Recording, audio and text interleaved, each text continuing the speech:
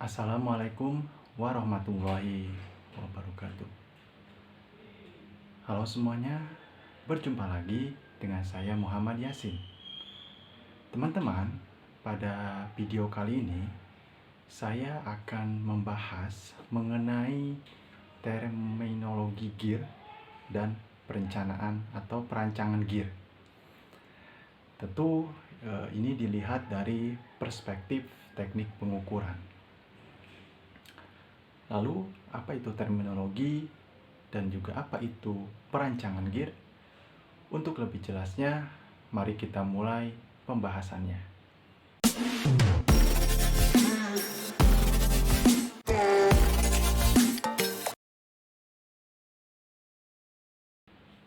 Terminologi dapat kita artikan sebagai istilah.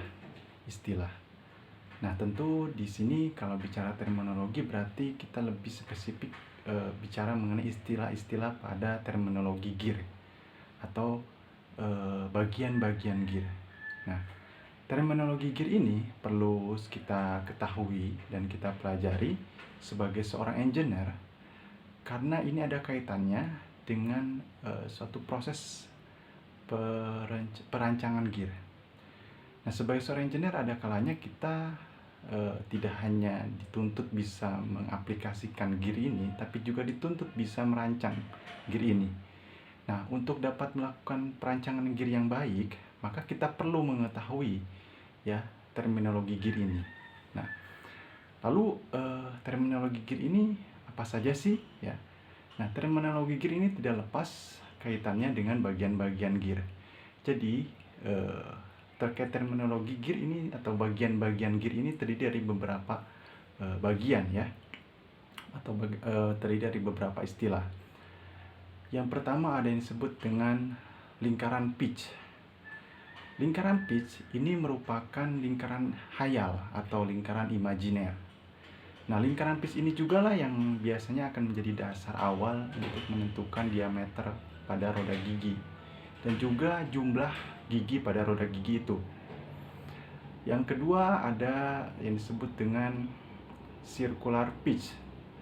Nah, circular pitch ini merupakan jarak di sepanjang lingkaran pitch yang bersentuhan di antara dua gigi. Yang ketiga ada yang disebut dengan addendum. Nah, addendum sendiri merupakan jarak antara lingkaran kepala gigi dengan lingkaran pitch yang diukur dalam arah radial.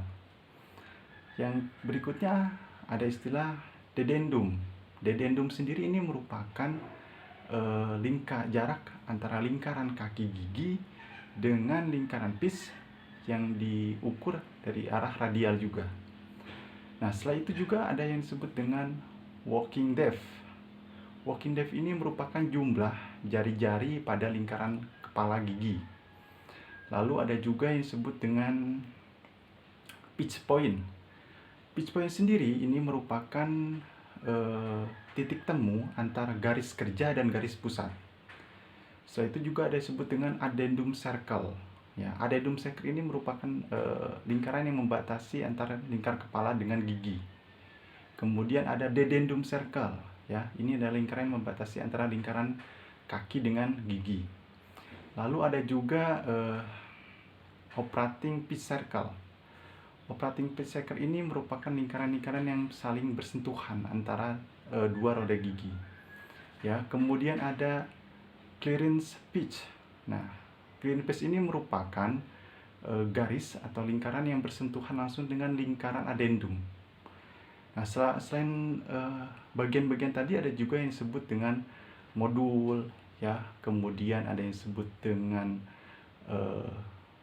bagian atas atau face lead, ya. Kemudian ada yang disebut juga dengan tutti fans, ya. Nah, istilah-istilah tadi itu perlu kita ketahui, ya, sebagai seorang engineer, karena itu akan membantu kita di dalam melakukan perancangan gear. Nah, tentu selain memahami istilah-istilah tadi atau terminologi gear tadi, ya, kita juga perlu memperhatikan hal-hal lain di dalam perancangan gear. Di antaranya adalah yang harus kita perhatikan di dalam perancangan gear adalah proses perhitungannya. Nah, apa saja hal-hal yang kita harus perhatikan di dalam perhitungan pada saat kita melakukan perancangan gear ini? Pada saat kita melakukan perancangan gear, selain perlu mengetahui terminologi gear, kita juga perlu memperhatikan hal-hal yang harus diperhitungkan atau hal-hal yang harus kita hitung di dalam merencanakan perencanaan gear. Tujuannya agar gear yang kita hasilkan itu bisa sesuai dengan apa yang kita harapkan. Nah, ada beberapa hal yang perlu diperhitungkan sebagai seorang engineer dalam merancang sebuah gear. Yang pertama adalah yang perlu diperhatikan adalah gaya yang bekerja pada arah putaran roda gigi. Ini perlu diperhitungkan juga. Yang kedua yang perlu diperhitungkan adalah kecepatan kelilingnya. Kemudian yang ketiga yang perlu diperhitungkan adalah hubungan antara gaya yang akan ditransmisikan, ya. Yang keempat yang perlu diperhatikan pada saat perancangan roda gigi ini adalah beban, ya. Beban gaya transgesial pada puncak roda giginya. Itu juga perlu diperhitungkan. Kemudian yang kelima yang perlu diperhitungkan adalah gaya penampang yang diizinkan, ya. Kemudian tegangan lekuk yang diizinkan. Lalu yang ketujuh yang perlu diperhatikan adalah faktor kontak gaya yang diizinkan. Dan yang terakhir yang perlu diperhitungkan dalam proses perancangan gear adalah gaya penampang yang diizinkan persatuan luasnya, ya. Nah, hal-hal itulah yang perlu diperhitungkan sebagai seorang engineer ketika kita nanti akan merancang sebuah gear. Tentu selain juga kita harus memahami terminologi gear tadi. Lalu untuk apa sih gear ini? Nah, di bidang engineering, gear ini banyak dimanfaatkan, ya.